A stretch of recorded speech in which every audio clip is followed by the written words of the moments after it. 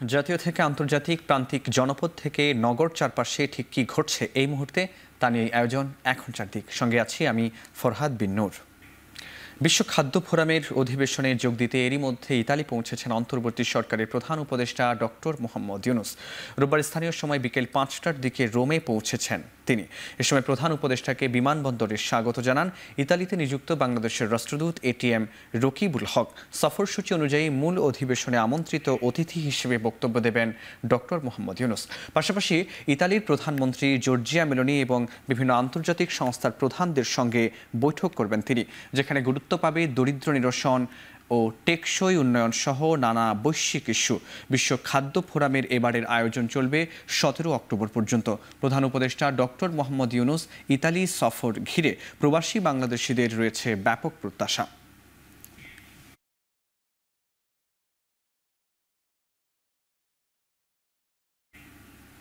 মূল বেতনের ২০% বাড়ি ভাড়ার প্রজ্ঞাপন না হওয়া পর্যন্ত আগামী মঙ্গলবার থেকে সব এমপিওভুক্ত শিক্ষা প্রতিষ্ঠানের শ্রেণী কার্যক্রম বন্ধ ঘোষণা করা হয়েছে।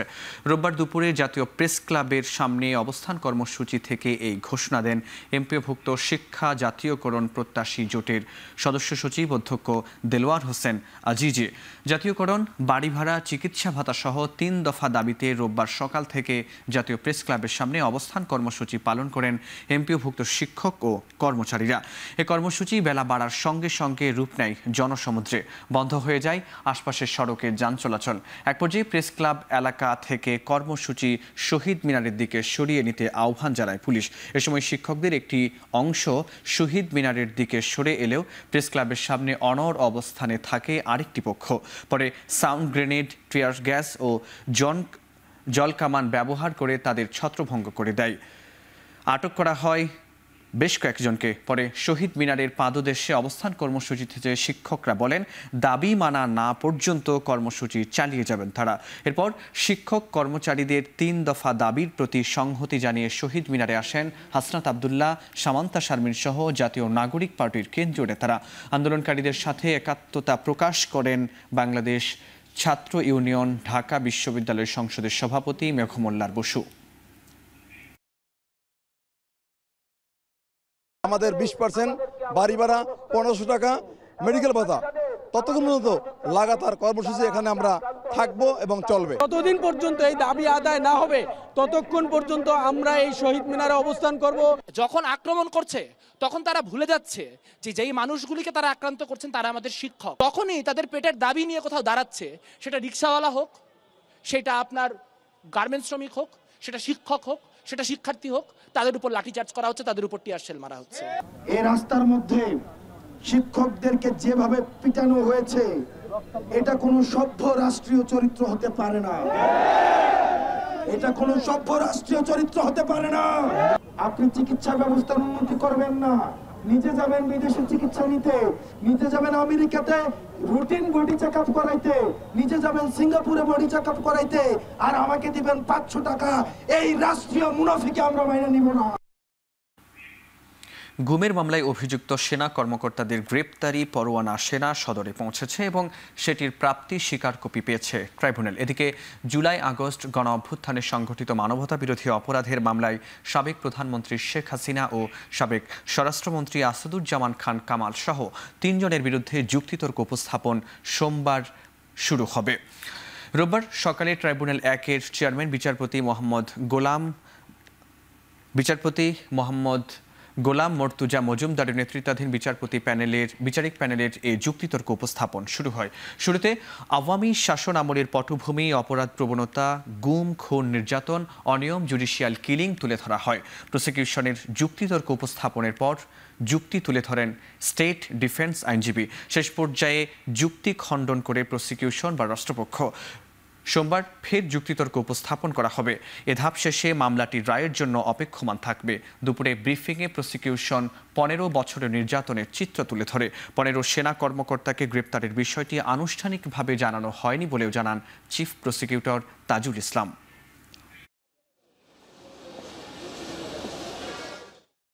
আর্গুমেন্টগুলো সোশ্যাল মিডিয়ায় লাইভ সম্প্রচারিত হচ্ছিল। সেই সময় আমাদের আন্তর্জাতিক অপরাধ ট্রাইব্যুনালের চিফ প্রসিকিউটর অফিসের যে ফেসবুক পেজ, সেটার উপরে সাইবার অ্যাটাক করা হয়েছে করার মাধ্যমে ফেসবুকটাকে সাময়িকভাবে ডিসেবল করে দিয়েছিল তারা, যদিও সেটা উদ্ধার করা সম্ভব হয়েছে। কিন্তু তারা যে আমাদেরকে ভয় পায়, এই যে যুক্তিতর্ক, এইখানে যে এভিডেন্স, তাদের যে নিষ্ঠুরতার বর্ণনা, এইটা গোটা দুনিয়াবাসী যাতে জানতে না পারে, তাদেরকে জানতে দিতে এই অপরাধীরা চায় না। আমাদের কাছে যেহেতু আনুষ্ঠানিকভাবে ডকুমেন্টারি পদ্ধতিতে কেউ বলেননি যে আটক রাখা হয়েছে, মিডিয়াতে যেটা এসেছে সেটাকে আমরা আমলে নিচ্ছি না। আমাদেরকে যদি বলা হয় যে আটক রাখা হয়েছে, তাহলে আইন অনুযায়ী তাকে অবশ্যই আদালতের কাছে আনতে হবে, এটাই বিধান। তো যেহেতু আমরা জানি না, সুতরাং এই বিষয়ে আমি কোনো মন্তব্য করতে চাই না। আন্তর্জাতিক অপরাধ ট্রাইব্যুনালের রেজিস্ট্রারের যে কার্যালয়, সেখানে আপনারা খোঁজ নেবেন, তারা এই গ্রেপ্তারি পরোয়ানাগুলো যথাস্থানে যথাসময়ে জারি করেছেন এবং এর বাইরেও যে সমস্ত কর্তৃপক্ষের কাছে অবগতির জন্য এই গ্রেপ্তারি পরোয়ানাগুলোর কপি পাঠানো হয়েছিল, তাদের কাছে এটা পৌঁছে গেছে বলে আমরা জানতে পেরেছি। মেঘনা গোমতী সেতুর টোল আদায়ে ৩০৯ কোটি টাকার বেশি অর্থ আত্মসাতের অভিযোগে শেখ হাসিনা, ওবায়দুল কাদের সহ ১৭ জনের নামে মামলা করেছে দুদক। রোববার দুদকের দেয়া এক প্রেস বিজ্ঞপ্তিতে জানানো হয়, মামলার তালিকায় ১৭ জনের মধ্যে আছেন সাবেক শিল্পমন্ত্রী আমির হোসেন আমু, সাবেক আইনমন্ত্রী আনিসুল হক, অর্থ প্রতিমন্ত্রী MA মান্নান ছাড়াও অনেকেই। এতে বলা হয়েছে, ইচ্ছাকৃতভাবে পূর্বের টেন্ডার বাতিল করে কম্পিউটার নেটওয়ার্ক সিস্টেম লিমিটেডকে এককভাবে সুবিধা দিয়ে টোল আদায়ের দায়িত্ব দেওয়া হয়। এতে সরকারের ৩০৯ কোটি ৪২ লাখ টাকারও বেশি অর্থ ক্ষতি সাধন হয়েছে বলে উল্লেখ করে দুদক। বিজ্ঞপ্তিতে আরও বলা হয়, সড়ক ও জনপথ অধিদপ্তর মন্ত্রণালয়ের কর্মকর্তা, সরকারি ক্রয় সংক্রান্ত কমিটির সদস্যদের যোগ সাজশে সরকারি ক্ষমতার অপব্যবহারের মাধ্যমে টাকা আত্মসাৎ করা হয়। সরকারি ক্ষমতার অপব্যবহারের মাধ্যমে ৩০৯ কোটি ৪২ লক্ষ ৪৫ হাজার ৮৯০ টাকা আত্মসাৎ করার অপরাধে জনাব শেখ হাসিনা, সাবেক প্রধানমন্ত্রী জনাব মোহাম্মদ ওবায়দুল কাদের, সাবেক মন্ত্রী সড়ক পরিবহন ও সেতু মন্ত্রণালয় সহ মোট ১৭ জনের নামে দণ্ডবিধির সংশ্লিষ্ট ধারা, দুর্নীতি প্রতিরোধ আইন ১৯৪৭-এর সংশ্লিষ্ট ধারায় একটি মামলা রুজুর অনুমোদন দেওয়া হয়েছে। নির্বাচনকে বিলম্বিত করার জন্যই পিআরের দাবি তোলা হয়েছে বলে মন্তব্য করেছেন বিএনপি মহাসচিব মির্জা ফখরুল ইসলাম আলমগীর। বলেন, চাপিয়ে দেয়া কোনো কিছুই এদেশের জনগণ গ্রহণ করবে না। রোববার ঢাকা রিপোর্টার্স ইউনিটিতে ন্যাশনাল পিপলস পার্টি আয়োজিত স্মরণ সভায় একথা বলেন তিনি। প্রতিনিয়ত সোশ্যাল মিডিয়াতে অপপ্রচার চলছে উল্লেখ করে তিনি বলেন, সব ষড়যন্ত্র মোকাবেলার শক্তি বাংলাদেশের মানুষের আছে। কিছু মানুষ ৭১-এর ইতিহাসকে ভুলিয়ে দিতে চায় বলেও মন্তব্য করেন মির্জা ফখরুল ইসলাম আলমগীর। গণতান্ত্রিক রাষ্ট্র গঠনের যে সুযোগ এসেছে, সেটিকে নষ্ট না করার অনুরোধ জানিয়ে সকলকে সজাগ থাকার আহ্বান জানান বিএনপির মহাসচিব।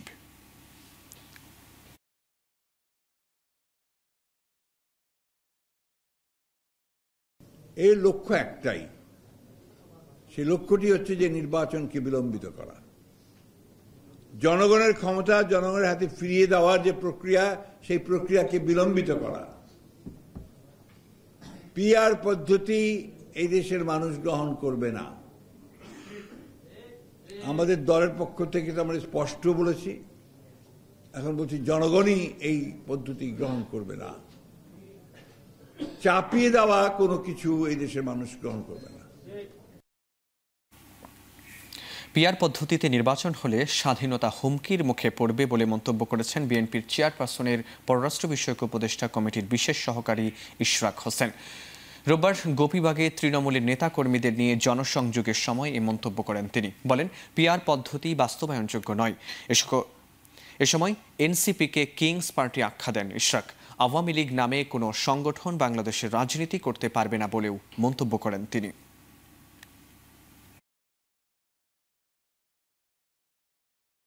এই যে একটা দাবি করা হচ্ছে পিআর পদ্ধতি, এটা কোনোভাবেই বাস্তবায়নযোগ্য না। বাংলাদেশের প্রেক্ষাপটে কোন আপনি জানবেনই না আপনার এমপি থেকে কেন্দ্র থেকে চাপিয়ে দেওয়া হবে। এবং এই পদ্ধতি যদি হয়, এটা বাংলাদেশের জন্য একটা হুমকি, বাংলাদেশের স্বাধীনতার জন্য একটা হুমকি।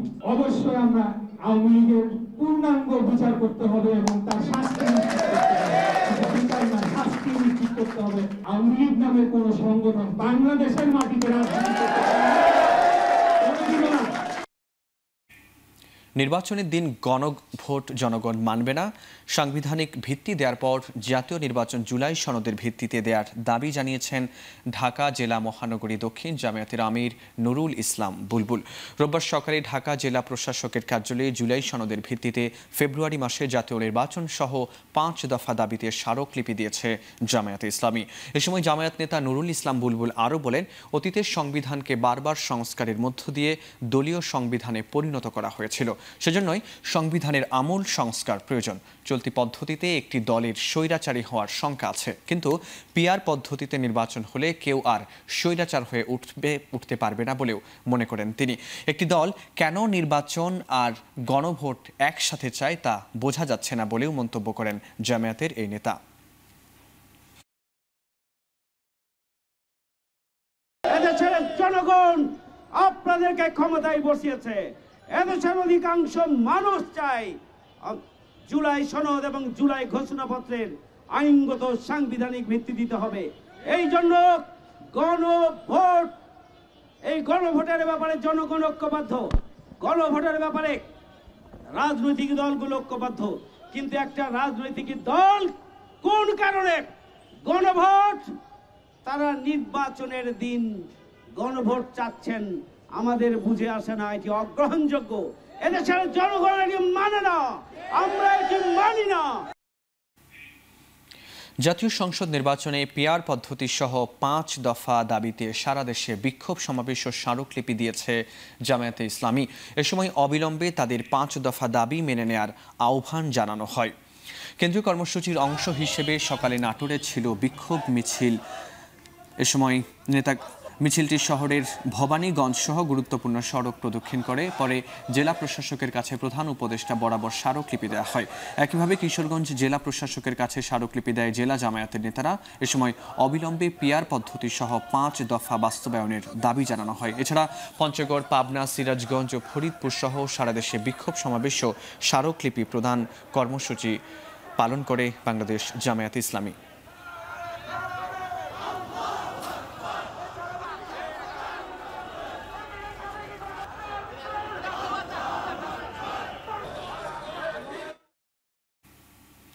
আসন্ন জাতীয় সংসদ নির্বাচনে 80,000 সেনা মোতায়েন থাকবে বলে জানিয়েছেন স্বরাষ্ট্র উপদেষ্টা জাহাঙ্গীর আলম চৌধুরী। এছাড়া 1.5 লাখ পুলিশ, 5.5 লাখ আনসার এবং 33,000 বিজিবির সদস্যকে প্রশিক্ষণ দেওয়া হচ্ছে বলেও জানান তিনি। রোববার সকালে সচিবালয়ে আইন শৃঙ্খলা সংক্রান্ত কোর কমিটির বৈঠক অনুষ্ঠিত হয়। এতে আইন শৃঙ্খলা বাহিনী সহ নির্বাচন সংশ্লিষ্ট কর্মকর্তারা যাতে কোনো আইন বহির্ভূত কাজ না করে সে বিষয়ে নির্দেশনা দেওয়া হয়। নির্বাচনে নিরাপত্তা নিশ্চিতে ঝুঁকিপূর্ণ সকল ভোট কেন্দ্রে সিসিটিভি ক্যামেরা স্থাপন, মনিটরিং ব্যবস্থা এবং আইন শৃঙ্খলা বাহিনী সহ নির্বাচন সংশ্লিষ্টদের জন্য পর্যাপ্ত বডি অন ক্যামেরার ব্যবস্থা করার সিদ্ধান্ত হয়। এছাড়া বিগত 3টি নির্বাচনে দায়িত্ব পালনকারীদের যথাসম্ভব দায়িত্ব পালন থেকে বিরত রাখতে নির্দেশনা দেওয়া হয়েছে। বৈঠক শেষে ব্রিফিংয়ে স্বরাষ্ট্র উপদেষ্টা বলেন, ভোটে কেউ বিশৃঙ্খলার চেষ্টা করলে তাদের বিরুদ্ধে কঠোর ব্যবস্থা নেওয়া হবে।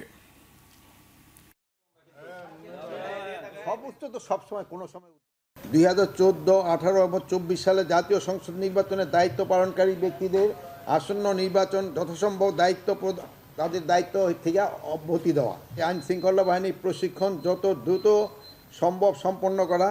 আপনারা জানান যে এই প্রশিক্ষণ চলমান রয়েছে। নির্বাচন নিশ্চিত নিরাপত্তা নিশ্চিত করার লক্ষ্যে প্রায় 1.5 লক্ষ পুলিশ সদস্যকে নির্বাচনী প্রশিক্ষণ দেওয়া হবে। নিরাপত্তা নিশ্চিত করতে ঝুঁকিপূর্ণ সকল ভোট কেন্দ্রে সিসিটিভির ক্যামেরা স্থাপন ও কার্যকর মনিটরিং ব্যবস্থা করা।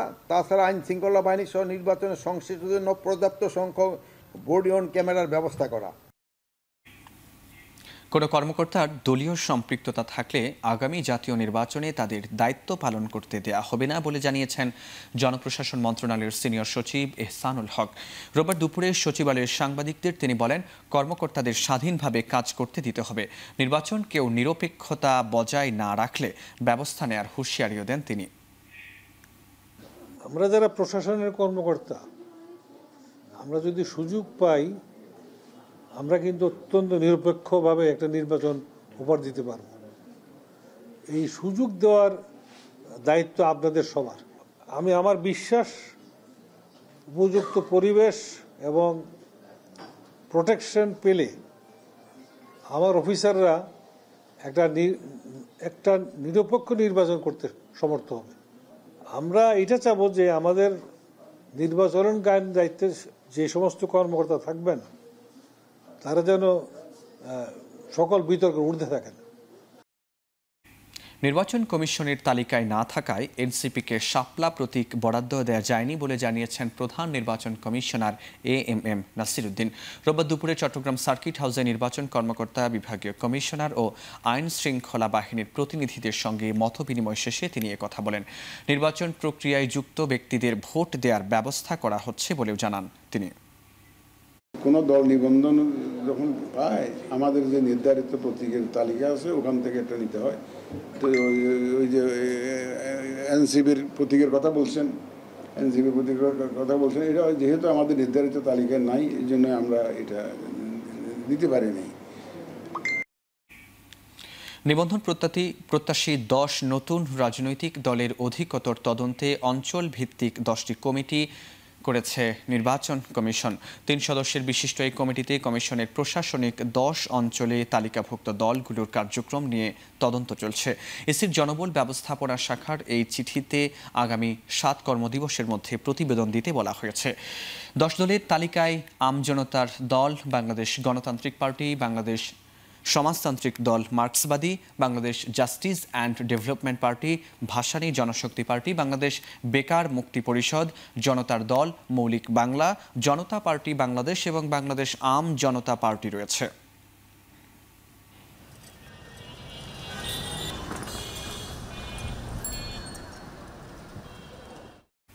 বাংলাদেশ জামায়াতে ইসলামীর আমির ডাক্তার শফিকুর রহমানের সঙ্গে ঢাকায় জার্মানির নবনিযুক্ত রাষ্ট্রদূত ডক্টর রুডিগার লোটোজ সৌজন্য সাক্ষাৎ করেছেন। রোববার সকালে রাজধানীর বসুন্ধরায় জামায়াতের আমিরের কার্যালয়ে অনুষ্ঠিত সাক্ষাৎ ও প্রাতরাশ বৈঠক অনুষ্ঠিত হয়। বৈঠকে অবাধ, সুষ্ঠু ও গ্রহণযোগ্য জাতীয় নির্বাচন আয়োজনে জার্মানির সহযোগিতা ও কারিগরি সহায়তা কামনা করেন বাংলাদেশ জামায়াতের আমির।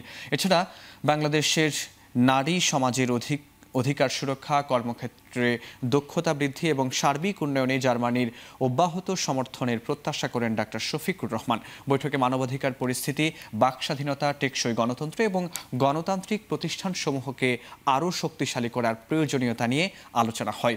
ভবিষ্যতে বাংলাদেশ ও জার্মানির মধ্যে দ্বিপাক্ষিক বাণিজ্য, বিনিয়োগ ও অর্থনৈতিক সহযোগিতা আরও বেগবান হবে বলেও আশা প্রকাশ করেন উভয় পক্ষ।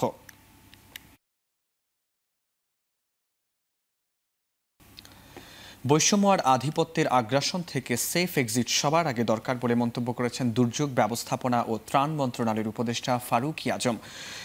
বরিশাল বিভাগের টাইফয়েডের টিকাদান ক্যাম্পেইন 2025 উদ্বোধন শেষে কথা বলেন তিনি। জনগণের যে অধিকার বঞ্চনা ছিল সেখান থেকে জাতির সেফ এক্সিট হলেই উপদেষ্টারা খুশি বলে জানান দুর্যোগ ব্যবস্থাপনা উপদেষ্টা। আর এই জন্য অন্তর্বর্তী সরকার কাজ করে যাচ্ছে বলেও জানান তিনি। এ সময় সব শিশুকে টাইফয়েডের টিকা দিতে অভিভাবকদের প্রতি আহ্বান জানান উপদেষ্টা। বরিশাল বিভাগে মোট 26 লাখ শিশু, কিশোর কিশোরীদের টাইফয়েডের টিকা দেওয়ার লক্ষ্যমাত্রা নির্ধারণ করা হয়েছে। দেশে প্রথমবারের মতো শুরু হয়েছে এই টিকাদান কার্যক্রম।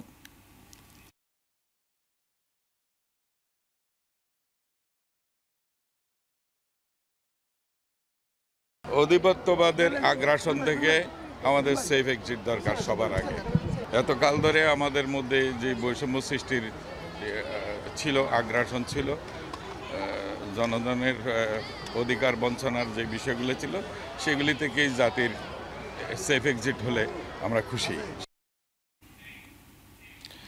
জুলাই গণ অভ্যুত্থান নিয়ে কাজ শুরু করলেই বাজেট নিয়ে প্রশ্ন তোলা রাজনৈতিক অপচেষ্টা বলে মন্তব্য করেছেন স্থানীয় সরকার উপদেষ্টা আসিফ মাহমুদ।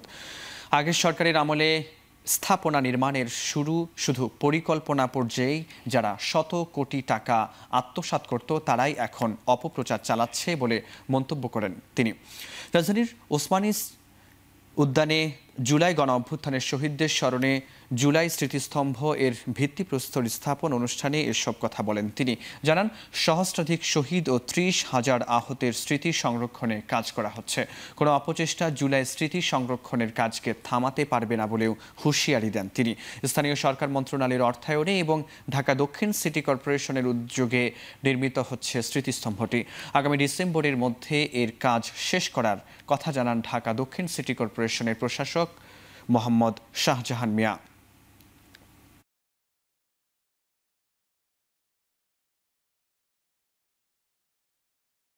বিভিন্ন ক্ষেত্রে জুলাই গণঅভ্যুত্থান নিয়ে কাজ করতে গেলেই জুলাই গণঅভ্যুত্থান যে স্মৃতি জাদুঘর হচ্ছে কিংবা এর বাইরেও যে উদ্যোগগুলো গ্রহণ করা হয়েছে সেগুলোর বাজেট নিয়ে কিংবা কত অর্থ খরচ হচ্ছে এটা নিয়ে একটা মহল অনেক সময় প্রশ্ন তোলার চেষ্টা করে। বিগত ফ্যাসিবাদী সময়ে এই যে বিভিন্ন ভাস্কর্য হতো, এর থেকেও ছোট ইনফ্রাস্ট্রাকচারে আমরা দেখেছি ৩০০-৪০০ কোটি টাকা খরচ হয়েছে। ফ্যাসিবাদের ভয়ে হোক কিংবা তাদেরকে সমর্থন দিয়েই হোক, এই লোকগুলোকে আমরা কথা বলতে দেখতাম না কিংবা অর্থ নিয়ে বাজেট নিয়ে কথা তুলতে দেখতাম না। এখন তাদেরকে আমরা এটা নিয়ে কথা তুলতে দেখি, কারণ এটা জুলাই নিয়ে হচ্ছে। এই বিষয়টা কোনোভাবেই জনগণের অর্থের প্রতি বা দায়বদ্ধতার জায়গা থেকে তারা বলে আমরা মনে করি না। বর্ধিত ট্যারিফ কার্যকরে নৌ উপদেষ্টার 1 মাস স্থগিতাদেশ শেষ হবার আগেই চট্টগ্রাম বন্দর কর্তৃপক্ষ ট্যারিফ কার্যকরে বিজ্ঞপ্তি দেয় ক্ষোভ প্রকাশ করেছেন ব্যবসায়ীরা। 41% হারে মাসুল বাড়লে চট্টগ্রাম বন্দর এ অঞ্চলের সবচেয়ে ব্যয়বহুল বন্দরে পরিণত হওয়ার শঙ্কা তাদের। রোববার দুপুরে চট্টগ্রাম নগরীর একটি হোটেলে ট্যারিফ বৃদ্ধির প্রতিবাদে আয়োজিত অনুষ্ঠানে ব্যবসায়ীরা আরও বলেন, বর্ধিত ট্যারিফ কার্যকর হলে রপ্তানি খাত শুধু প্রতিযোগিতার সক্ষমতায় হারাবে না, দেশের অর্থনীতির জন্য তা হবে আত্মঘাতী। এ সময় ব্যবসায়ীরা অভিযোগ করেন, বিদেশি অপারেটরের লাভের জন্য দেশের অর্থনীতিকে ধ্বংসের মুখে ঠেলে দেওয়া হচ্ছে। সবার সম্মতিতে ট্যারিফ নির্ধারণ করার আগ পর্যন্ত কোনো বাড়তি মাসুল না নেওয়ার দাবি জানান তারা। এর আগে গত 15 সেপ্টেম্বর থেকে 56টি সেবার বিপরীতে গড়ে 41% হারে মাসুল বাড়ায় চট্টগ্রাম বন্দর কর্তৃপক্ষ। এ নিয়ে ব্যবসায়ীদের ব্যাপক সমালোচনার মুখে গত 20 সেপ্টেম্বর এক অনুষ্ঠানে বন্দর চেয়ারম্যানের উপস্থিতিতে 1 মাসের জন্য বাড়তি মাসুল স্থগিতের ঘোষণা দেন নৌ পরিবহন উপদেষ্টা। আমরা আশার বুক বেঁধে রেখেছিলাম যে আবার স্টেক হোল্ডারদের সাথে নেগোশিয়েট করবেন, নেগোশিয়েট করে একটা পর্যায়ে উইন উইন সিচুয়েশনে এক জায়গায় আসবেন। কিন্তু গত কয়েকদিন আগে ডিক্লেয়ার করা হলো এটা 15 তারিখ থেকে কার্যকর করা। লস হইতো, ডক্টর বন্দর যদি লাভজনক প্রতিষ্ঠান না হইতো, ওকে করেন আপনি না, বিষয়টা তো সেরকম না। একটু আগে বলে গেলেন 2.5 2900 সামথিং গত 23-24-এর 2913 মেবি কোটি টাকা লাভে আছে গত বছরের স্ট্যাটিস্টিক্স। আমরা সেই পর্যায়ে গিয়ে কেন বাড়াচ্ছি সেই অনুসন্ধানটা আমাদেরকে করতে হবে। সারা দেশে 24 ঘন্টায় ডেঙ্গু জ্বরে আক্রান্ত হয়ে নতুন করে আরও 5 জন মারা গেছেন। নতুন করে হাসপাতালে ভর্তি হয়েছেন আরও 953 জন। রোববার স্বাস্থ্য অধিদপ্তরের হেলথ ইমার্জেন্সি অপারেশন সেন্টার ও কন্ট্রোল রুম থেকে পাঠানো ডেঙ্গু বিষয়ক নিয়মিত সংবাদ বিজ্ঞপ্তিতে এ তথ্য জানানো হয়। স্বাস্থ্য অধিদপ্তর জানায়, এবছরের জানুয়ারি থেকে এখন পর্যন্ত 54,559 জন রোগী হাসপাতালে ভর্তি হয়েছেন।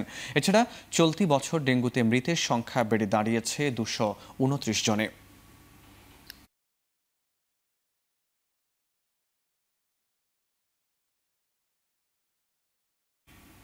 দেশে প্রথমবারের মতো জাতীয়ভাবে টাইফয়েড টিকা দান কর্মসূচি শুরু হয়েছে। এবার সরকারিভাবে বিনামূল্যে 5 কোটি শিশু ও কিশোর কিশোরীদের টিকা দেয়া হবে। রোববার সকালে রাজধানীর আজিমপুরের ফরিদ উদ্দিন সিদ্দিকীর উচ্চ বিদ্যালয়ে স্যার সলিমুল্লাহ মুসলিম এতিমখানার শিশু ও কিশোর কিশোরীদের টিকাদানের মাধ্যমে এ কর্মসূচির উদ্বোধন করেন স্বাস্থ্য উপদেষ্টা নুরজাহান বেগম ও মহিলা ও শিশু বিষয়ক উপদেষ্টা শারমিন এস মুর্শিদ। স্বাস্থ্য উপদেষ্টা বলেন, একটা সময় পোলিওতে আক্রান্ত অনেক শিশু মারা যেত, এখন সে সমস্যা নেই। এর কৃতিত্ব উন্নয়ন সহযোগী দেশের মানুষ ও মিডিয়া কর্মীদের। টাইফয়েডে প্রতি বছর 8,000 মানুষ মারা যায়। সেই সংখ্যা কমাতে সরকার এই কর্মসূচি হাতে নিয়েছে বলে জানান তিনি। প্রথমে 5 কোটি শিশু কিশোরকে এ ভ্যাকসিন দেয়া হচ্ছে। পর্যায়ক্রমে শিশুদের সুরক্ষায় এ কার্যক্রম আরও বাড়ানো হবে বলেও জানান তিনি।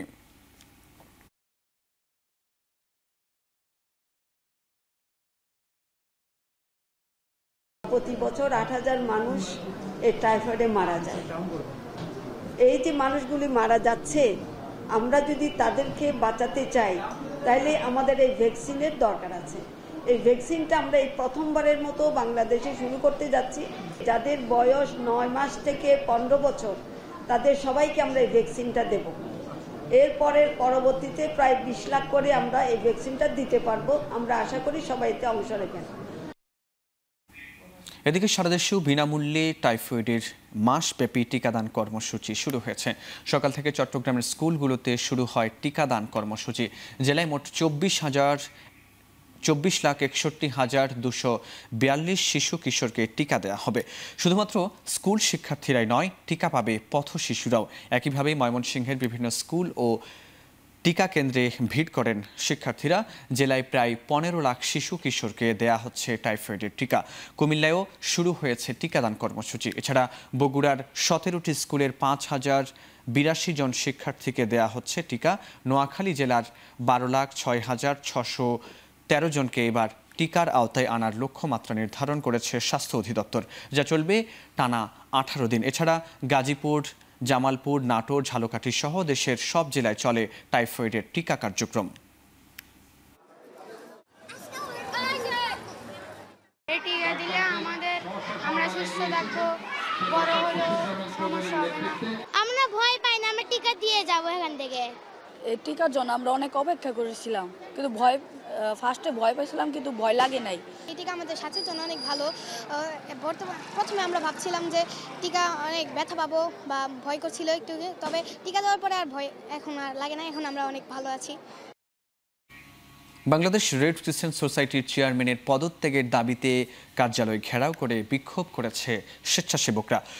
রোববার সকাল থেকে শুরু হওয়া বিক্ষোভ সন্ধ্যা পর্যন্ত চলতে দেখা যায়। সোসাইটির চেয়ারম্যান অবসরপ্রাপ্ত মেজর জেনারেল অধ্যাপক ডাক্তার আজিজুল ইসলামকে স্বৈরাচারের দোষর উল্লেখ করে অনতিবিলম্বে তার পদত্যাগের দাবি জানায় আন্দোলনরত স্বেচ্ছাসেবকরা। তবে 7 মাস ধরে দায়িত্ব পালন করা চেয়ারম্যান বলছেন, সোসাইটির 18টি বিভাগের 8 থেকে 10টি ব্যাপকভাবে দুর্নীতিগ্রস্ত ছিল।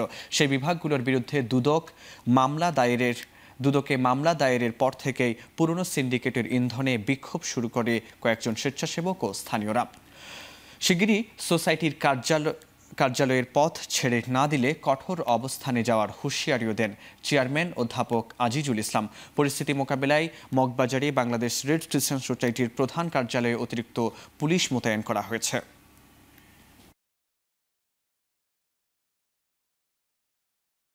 উনি এখানে দায়িত্ব পাওয়ার পর থেকেই আওয়ামী লীগকে পুনর্বাসন করতেছে এবং যারা বিএনপি পন্থী অথবা জুলাই গণঅভ্যুত্থানের পক্ষের শক্তি আছে তাদেরকে উনি মাইনাস করে সব আওয়ামী লীগের লোকজনকে এখানে উনি পুনর্বাসন করতেছে, প্রমোশন দিচ্ছে। কারো কাছে আসলে কোনো রকম আমরা বিচার পাচ্ছি না দেখেই শেষ মুহূর্তে মুতাসির ভাই আমাদের এই পদক্ষেপ নিতে হয়েছে। 90% এখানে তারা রেজিস্টার্ড কোনো ভলান্টিয়ার না, এরা এলাকার হয়তো সুস্থ টাইপের ছেলে নিয়ে আসছে। আমাকে একটু টেন্ডারে পার্টিসিপেট করতে দেন, আমাকে একটুখানি ওই ব্যাংকের এফডিটা কোথায় আছে আমাকে এটা দেখতে করতে দেন, এবং এই সমস্ত ইন্টারফেয়ার করে। আমার কমিটি, বিভিন্ন কমিটিগুলো 800টা কমিটিতে আমার লোক ঢোকান, বলে যে আমার সমস্ত সেক্রেটারি আমাকে ঢুকে দেন।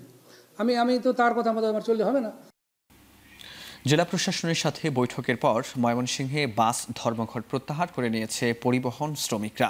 রোববার রাত 9টায় জেলা প্রশাসন, মালিক, শ্রমিক ও জুলাই যোদ্ধা এনসিপি নেতৃবৃন্দের সঙ্গে বৈঠক শেষে এ সিদ্ধান্ত জানানো হয়।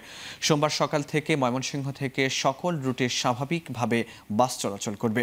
এর আগে গত পরশুদিন জুলাই যোদ্ধাকে হেনস্থার ঘটনার পর এনসিপি ও পরিবহন শ্রমিকদের পাল্টাপাল্টি কর্মসূচির জেরে বন্ধ করে দেওয়া হয় ঢাকা ময়মনসিংহ রুটে বাস চলাচল। মাছকান্দা বাসস্ট্যান্ড বন্ধ থাকে ইউনাইটেড ও শৌখিন সহ অন্তত 300 বাস। শনিবার ইউনাইটেড পরিবহনের 16টি বাস বন্ধ থাকার আশ্বাসে দুপক্ষ কর্মসূচি প্রত্যাহার করলেও রোববার ঢাকা ময়মনসিংহ রোডে চলাচল করা 4 জেলার দূরপাল্লার বাস চলাচল বন্ধ করে পরিবহন শ্রমিকরা।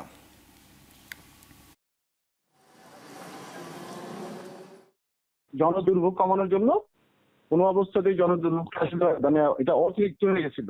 মানে একটা 2টা দিন ময়মনসিংহে দূরপাল্লার বাস 5টা ডিস্ট্রিক্টের বাস না চলা, নানান রকম শিকার হচ্ছিল জনগণ।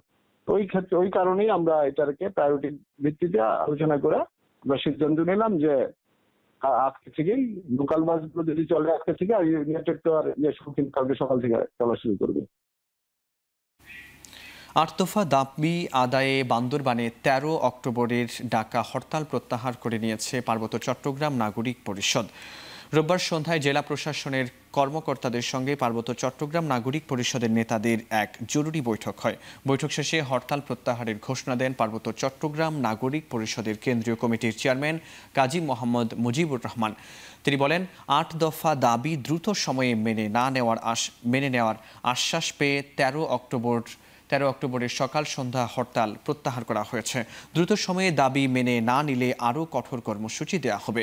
এর আগে 8 দফা দাবি বাস্তবায়নে গত 9 অক্টোবর এক সংবাদ সম্মেলনে সোমবার সকাল সন্ধ্যা হরতালের ঘোষণা দিয়েছিল পার্বত্য চট্টগ্রাম নাগরিক পরিষদ।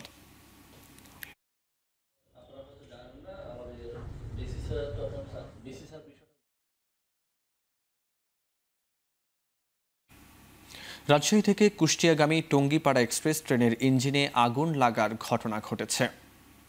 বিকেল 5টার দিকে ট্রেনটি কুষ্টিয়ার ভেড়ামারা স্টেশনে ঢোকার আগে হঠাৎ ইঞ্জিন থেকে ধোঁয়া বের হতে দেখা যায়। স্টেশনে পৌঁছানোর পর যাত্রীরা আতঙ্কে দ্রুত নেমে পড়েন, তবে এতে কেউ আহত হননি। ট্রেনের কর্মীরা নিজস্ব অগ্নি নির্বাপন যন্ত্র দিয়ে আগুন নিয়ন্ত্রণে আনেন। প্রাথমিকভাবে আগুনের কারণ জানা না গেলেও তদন্ত চলছে বলে জানিয়েছেন কর্তৃপক্ষ।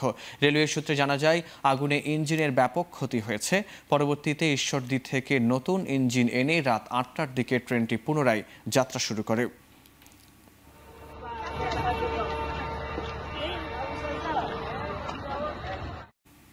চাকসু নির্বাচন যতই ঘনিয়ে আসছে ততই বাড়ছে শঙ্কা। শেষ মুহূর্তে নিরাপত্তা, ব্যালট পেপার, পোলিং এজেন্ট ও ভোটার উপস্থিতি নিয়ে দুশ্চিন্তায় রয়েছেন প্রার্থীরা। রোববার সকাল থেকে ইশতেহার আর লিফলেট নিয়ে ভোটারদের দাঁড়িয়ে যান প্রার্থীরা। তারা জানান, সোমবার পর্যন্ত প্রচার চালাতে পারবেন, তাই শেষ মুহূর্তে প্রচারণায় ব্যস্ত সময় পার করছেন তারা। ক্যাম্পাসের সীমানার পুরোটা অরক্ষিত ও অধিকাংশ সিসিটিভি ক্যামেরা নষ্ট থাকায় নিরাপত্তা নিয়ে শঙ্কা প্রকাশ করছেন প্রার্থীরা। এমনকি এখনও প্রকাশ করা হয়নি পোলিং এজেন্টদের তালিকাও। সব মিলিয়ে উৎকণ্ঠা তাদের। অন্যদিকে ভোটের দিন আলাদা পরিবহনের ব্যবস্থা করা হবে কিনা সেটিও নিশ্চিত নয়। তবে সবকিছু ছাপিয়ে প্রায় 36 বছর পর অনুষ্ঠিত হতে যাওয়া নির্বাচনে স্বতঃস্ফূর্তভাবে ভোটাররা ভোট দিতে আসবেন বলে প্রত্যাশা প্রার্থীদের।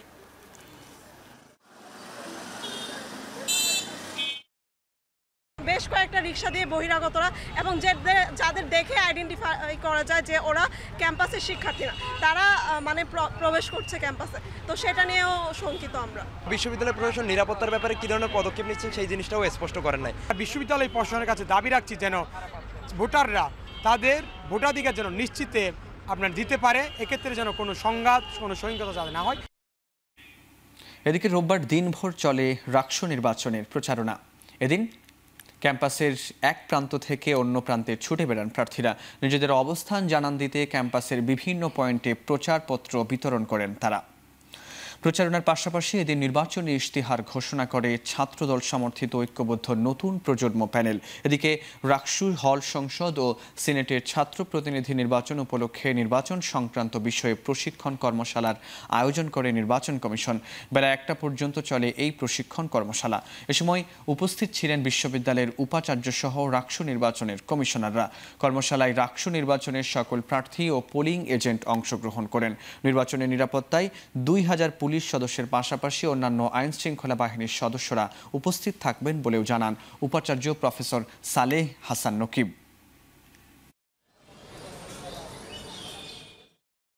ক্যাম্পাসে প্রার্থীরা যেভাবে প্রচারণা চালাচ্ছে, শিক্ষার্থীদের ঘরে ঘরে যাচ্ছে, শিক্ষার্থীদের কাছে যাচ্ছে, নির্বাচনের পরে যারা প্রার্থী হয়তো সবাই নির্বাচিত হবে না, কিন্তু আমার চাওয়া থাকবে তারা যেন নির্বাচনের পরেও এভাবে শিক্ষার্থীদের কাছে যায়, তাদের সমস্যাগুলো শুনে সমস্যাগুলো সমাধানের চেষ্টা করে। গত 2 দিন আগেও যে পরিবেশটা ছিল, কিন্তু এখন আর ওইটা নাই।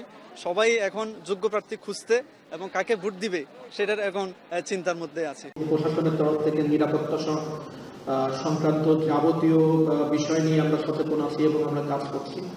আমি সবাইকে আশ্বস্ত করতে চাই সবার সহযোগিতা ইনশাআল্লাহ আল্লাহ রহম করলে একটা চমৎকার রাষ্ট্র আমরা এই বিশ্ববিদ্যালয়কে উপহার দিতে পারব।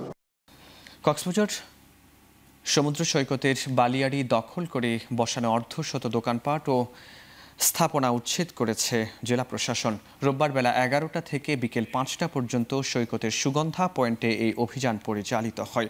রোববার সকালে সৈকতের সুগন্ধা পয়েন্টে যায় জেলা প্রশাসনের প্রতিনিধি দল। মোতায়েন করা হয় বিপুল সংখ্যক সেনাবাহিনী, র্যাব ও পুলিশের সদস্য। পাশাপাশি উচ্ছেদের জন্য নেওয়া হয় একটি এক্সকেভেটর। শুরুতে দোকান মালিকদের স্ব স্থাপনা দুপুর 2টার মধ্যে সরিয়ে নেওয়ার নির্দেশনা দেওয়া হয়। পরে সরিয়ে না নেওয়ায় 15 থেকে 20টি স্থাপনা গুড়িয়ে দেয় প্রশাসন। এর আগে শনিবার এক জরুরি সভায় সৈকতের বালিয়াড়িতে নতুন করে বসানো স্থাপনা 11 অক্টোবর রাতের মধ্যে এবং পুরাতন স্থাপনা আগামী 16 অক্টোবরের মধ্যে সরিয়ে নেওয়ার নির্দেশনা দেওয়া হয়। জেলা প্রশাসক মহোদয় গতকালকে সমস্ত ইউনিটের আইনশৃঙ্খলা বাহিনীর প্রধানদেরকে নিয়ে সিদ্ধান্ত নিয়েছেন যে আজকে এই যারা নতুন ঘর করেছে তারা যেন গতকালকের মধ্যে চলে যায়, কিন্তু তারা গতকালকের মধ্যে যায় নাই। তারপর আজকে আমরা 2টা পর্যন্ত সময় দিয়েছিলাম, তারপরও তারা যায় নাই। না যাওয়ার ফলে তাদেরকে জোরপূর্বক এখান থেকে বালির থেকে সরিয়ে দেওয়া হয়েছে। কক্সবাজার অতিরিক্ত জেলা ও দায়রা জজ মামুনুর রশিদের খাস কামরায় চুরির ঘটনা ঘটেছে। এ সময় বিচারকের 2টি মোবাইল, মানিব্যাগ ও গুরুত্বপূর্ণ কাগজপত্র চুরি করে নিয়ে গেছে চোর চক্র। এ ঘটনায় রোববার সন্ধ্যায় কক্সবাজার সদর থানায় মামলা দায়ের হয়েছে বলে জানিয়েছে সদর থানার পরিদর্শক মোহাম্মদ ফারুক হোসেন। বিচারকের পক্ষে আদালতের বেঞ্চ সহকারী সাইদুল ইসলাম বাদী হয়ে অজ্ঞাতদের আসামি করে এই মামলাটি করেন। মামলার এজাহারে বলা হয়, রোববার দুপুরে অতিরিক্ত জেলা ও দায়রা জজ মামুনুর রশিদ আদালত পরিচালনা করছিলেন। এ সময় খাস কামরায় রাখা ব্যাগ থেকে 2টি মোবাইল ফোন, মানিব্যাগের মধ্যে থাকা এটিএম কার্ড, ড্রাইভিং লাইসেন্স ও বিচারকের গুরুত্বপূর্ণ সরকারি কাগজপত্র চুরি করে নিয়ে যায় চোরচক্র। চুরি হওয়া জিনিসপত্রের আনুমানিক বাজার মূল্য প্রায় 1,40,000 টাকা বলে এজাহারে উল্লেখ করা হয়।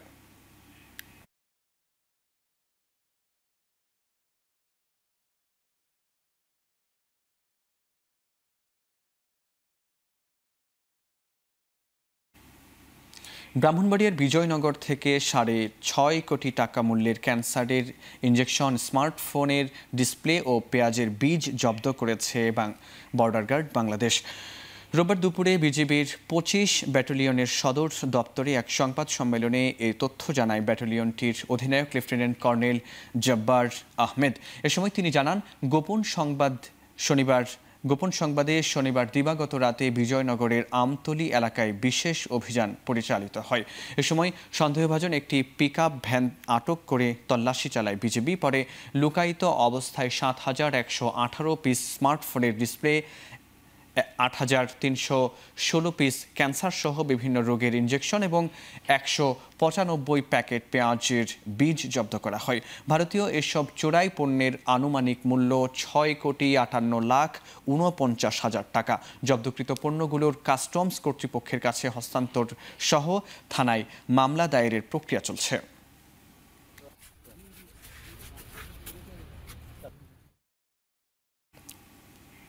খুলনায় কোচিং পরিচালনায় জেলা প্রশাসনের বেঁধে দেওয়া সময়ের প্রতিবাদে মানববন্ধন করেছে কোচিং সেন্টারের মালিকরা। রোববার বেলা 11টার দিকে নগরীর শিববাড়ি মোড়ে ফ্রিল্যান্সার ওয়েলফেয়ার অ্যাসোসিয়েশনের ব্যানারে এক কর্মসূচি পালন করা হয়। ঘণ্টাব্যাপী মানববন্ধনে অংশ নেন কোচিং সেন্টারের মালিক সহ শিক্ষকরা। এ সময় অবিলম্বে জেলা প্রশাসনের বেঁধে দেওয়া সময় প্রত্যাহারের দাবি জানানো হয়। সম্প্রতি খুলনায় সকাল 7টা থেকে বিকেল 5টা পর্যন্ত কোচিং সেন্টার পরিচালনা না করার নির্দেশনা দেন জেলা প্রশাসক। এরই প্রতিবাদে মানববন্ধন করেন কোচিং মালিকরা।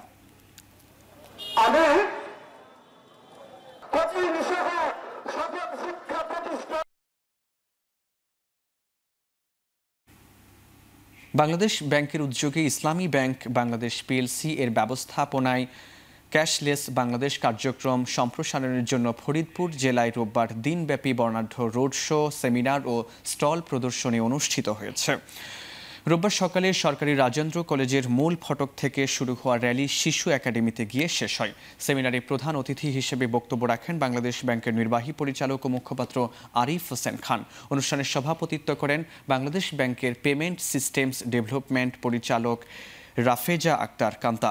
বিশেষ অতিথি হিসেবে বক্তব্য রাখেন ইসলামী ব্যাংকের অতিরিক্ত ব্যবস্থাপনা পরিচালক ইঞ্জিনিয়ার মোহাম্মদ জামাল উদ্দিন মজুমদার। সেমিনার শেষে সরকারি রাজেন্দ্র কলেজ ক্যাম্পাসে বাংলা কিউ আর অধিভুক্ত 17টি ব্যাংকের 20টি স্টল পরিদর্শন করেন অতিথিরা।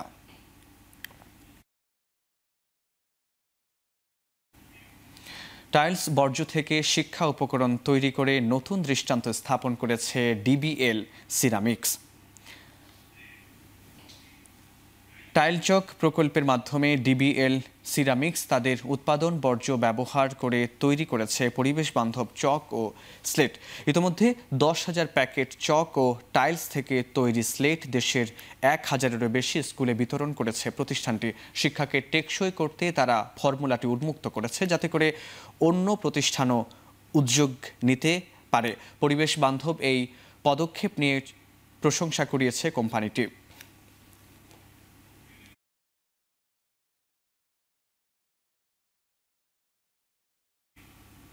সমৃদ্ধির পথে একসাথে প্রতিবাদে 40 বছরের গৌরবময় যাত্রা উদযাপন করেছে ইফাদ গ্রুপ। রোববার ধামরাইয়ের ইফাদ অটোস ফ্যাক্টরিতে 4 দশক পূর্তিতে বর্ণাঢ্য আয়োজন করে প্রতিষ্ঠানটি। অনুষ্ঠানে চেয়ারম্যান ইফতেখার আহমেদ টিপু বলেন, ইফাদের যাত্রা শুধু ব্যবসা নয় বরং দেশের উন্নয়ন ও কর্মসংস্থানের গল্প। দীর্ঘদিনের কর্মীদের সম্মাননা, বৃক্ষরোপণ কর্মসূচি এবং সাংস্কৃতিক আয়োজনের মধ্য দিয়ে উৎসবটি পরিণত হয় আনন্দ ও প্রেরণার মিলন মেলায়। এবার আন্তর্জাতিক প্রসঙ্গ। পাকিস্তান আর কোনো উস্কানিমূলক হামলা না চালালে দেশটিতে নতুন করে হামলার পরিকল্পনা নেই বলে জানিয়েছেন আফগানিস্তানের পররাষ্ট্রমন্ত্রী আমির খান মুত্তাকি। রোববার ভারতীয় গণমাধ্যমকে দেয়া এক সাক্ষাৎকারে একথা জানান তিনি। কাতার ও সৌদি আরবের অনুরোধে তালেবান পাকিস্তানের সাথে আলোচনায় বসতে রাজি বলেও জানান মুত্তাকি। অন্যদিকে তালেবান যোদ্ধাদের উস্কানিমূলক হামলার দাঁত ভাঙা জবাব দেওয়ার হুঁশিয়ারিও দিয়েছে ইসলামাবাদ। সন্ত্রাসীদের বিরুদ্ধে কঠোর পদক্ষেপ নিতে আফগান সরকারের প্রতি আহ্বান জানিয়েছেন পাকিস্তানের প্রেসিডেন্ট আসিফ আলী জারদারি।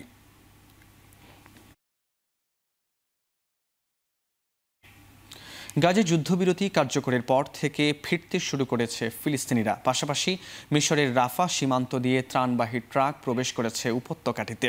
আর স্থানীয় সময় সোমবার সকালে বন্দি বিনিময় শুরু করবে হামাস ও ইসরায়েল। প্রথম ধাপে জীবিত 20 জন ইসরায়েলি জিম্মিকে মুক্তি দেবে হামাস। বিনিময়ে শিশুসহ 250 বন্দী ও 1700 জিম্মিকে মুক্তি দেবে ইসরায়েল। এদিকে গাজায় দীর্ঘমেয়াদী শান্তি প্রতিষ্ঠায় একই দিন মিশরে দেশটির প্রেসিডেন্ট আবদেল ফাত্তাহ আল সিসির সঙ্গে বৈঠক করবেন মার্কিন প্রেসিডেন্ট ডোনাল্ড ট্রাম্প। বৈঠকে উপস্থিত থাকবেন জাতিসংঘ মহাসচিব আন্তোনিও গুতেরেস, ব্রিটিশ প্রধানমন্ত্রী কিয়ার স্টারমার, ফ্রান্সের প্রেসিডেন্ট ইমানুয়েল ম্যাক্রো সহ অন্তত 20 দেশের রাষ্ট্র ও সরকার প্রধান।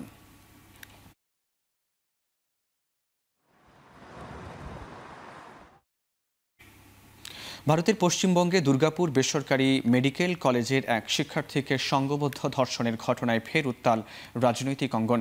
ওড়িশার বাসিন্দা 23 বছর বয়সী ওই তরুণী দ্বিতীয় বর্ষের শিক্ষার্থী।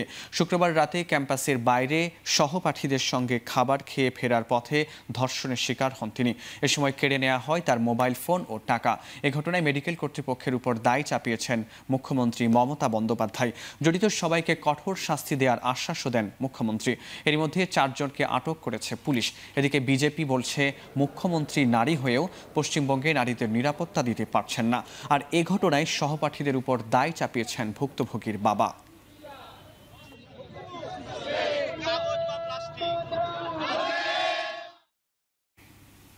মাদাগাস্কারে অবৈধভাবে ক্ষমতা দখলের পাইতারা চলছে বলে বিবৃতিতে জানিয়েছে দেশটির প্রেসিডেন্ট অফিস। সংকট নিরসন ও জাতীয় সার্বভৌমত্ব রক্ষায় সব বাহিনীকে এক হওয়ার আহ্বান জানিয়েছেন মাদাগাস্কারের প্রেসিডেন্ট আন্দ্রি রাজোয়েলিনা। এদিকে সাধারণ মানুষের নিরাপত্তায় কাজ করার প্রত্যয় ব্যক্ত করেছেন দেশটির সামরিক ইউনিট ক্যাপসাট। রয়টার্স জানায় সশস্ত্র বাহিনীর পুরো নিয়ন্ত্রণ ভার গ্রহণ করেছে ইউনিটটি। এছাড়া নতুন চিফ অফ স্টাফ হিসেবে জেনারেল ডেমনথেন পিকুলাসকে নিয়োগ দিয়েছে ক্যাপসাট। গত শনিবার মাদাগাস্কার সেনাবাহিনীর কিছু সদস্য ব্যারাক ছেড়ে দেশটির চলমান আন্দোলনে যোগ দিয়েছিল। বিদ্যুৎ ও পানির সংকটকে কেন্দ্র করে গেল 25 সেপ্টেম্বর থেকে আফ্রিকার দেশ মাদাগাস্কারে বিক্ষোভ চলছে। এর জেরে পদত্যাগে বাধ্য হন প্রধানমন্ত্রী ক্রিস্টিয়ান এন্ট্রসে।